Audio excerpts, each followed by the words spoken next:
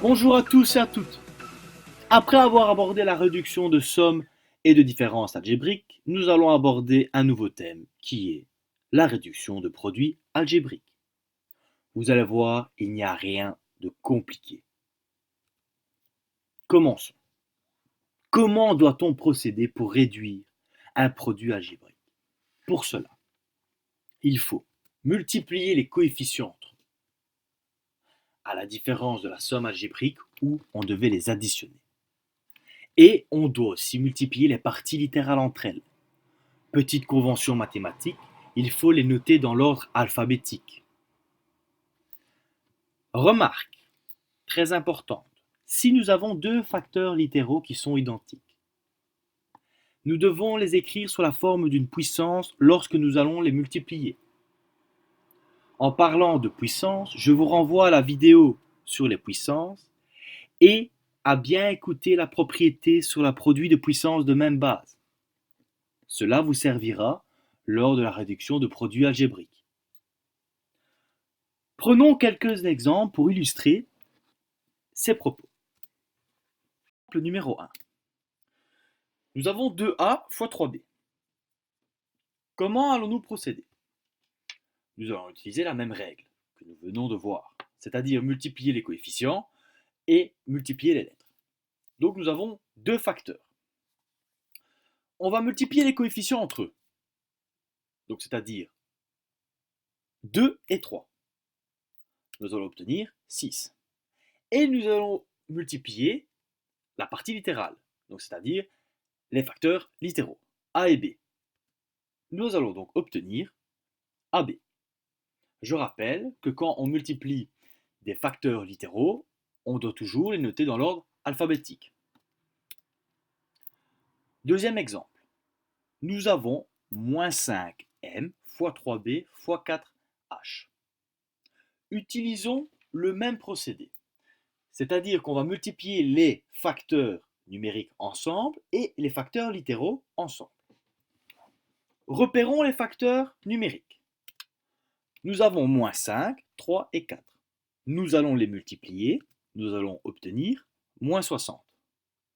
On va multiplier les facteurs littéraux, c'est-à-dire M, B et H. Nous allons obtenir BHM, car je rappelle encore une fois qu'il faut remettre les lettres dans l'ordre alphabétique. Troisième exemple, nous avons moins 4C fois moins 4F. Même principe. On va multiplier les facteurs numériques ensemble, c'est-à-dire moins 4 et moins 4. Nous allons donc obtenir 16. Car je rappelle pour la règle de signe au niveau des produits algébriques que lorsque nous avons deux facteurs négatifs, la réponse devient positive. Ensuite, nous allons multiplier les facteurs littéraux ensemble, c'est-à-dire C et F, et nous allons obtenir CF. Quatrième exemple. Nous avons 6x fois 2x. Nous allons toujours utiliser le même principe, c'est-à-dire multiplier les coefficients, ou plutôt les facteurs numériques entre eux. Nous avons 6 fois 2. Nous obtenons 12. Ensuite, on doit multiplier les facteurs littéraux. Ici, nous avons x et x. Tiens, que peut-on observer de particulier dans ce produit? Nous avons deux facteurs littéraux identiques. Comment doit-on procéder pour multiplier deux facteurs littéraux identiques? Nous devons utiliser la règle de puissance qui dit que lorsque nous avons deux produits de puissance de même base, on conserve la base et on additionne les exposants. Je vous renvoie à la vidéo sur les puissances pour revoir la règle correctement.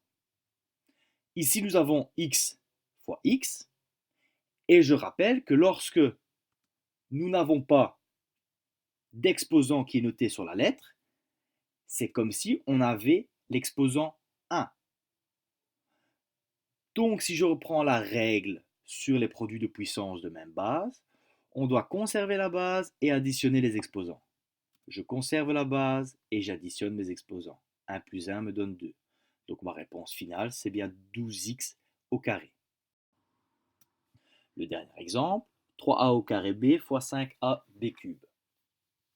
On va toujours utiliser le même principe, c'est-à-dire qu'on va multiplier les facteurs numériques ensemble et les facteurs littéraux ensemble.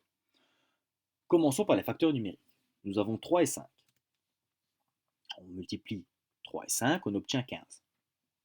Intéressons-nous aux facteurs littéraux, c'est-à-dire a au carré b et ab au cube.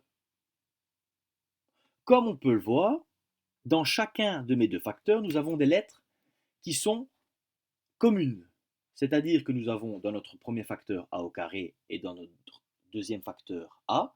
Dans notre premier facteur, on retrouve b et dans notre deuxième facteur, on retrouve b au cube. On va utiliser la règle sur les puissances, comme l'exercice précédent. La règle sur les puissances, je rappelle que lorsque nous avons un produit de puissance de même base, je conserve la base et j'additionne mes exposants. Il ne faut pas oublier que quand il n'y a pas d'exposant noté sur la lettre, c'est comme si on avait le nombre 1. Ensuite, que doit-on faire? On doit tout simplement conserver cette puissance, conserver cette base, et on additionne les exposants. Pour la lettre A, je vais conserver la base qui est A, j'additionne mes exposants 2 et 1, je vais obtenir A exposant 3. Pour notre B, je conserve la base qui est B, et je vais additionner mes exposants 1 et 3, et je vais obtenir 4. Comme réponse finale, je vais donc obtenir 15a au cube. Je vous remercie de m'avoir écouté. À vous de jouer.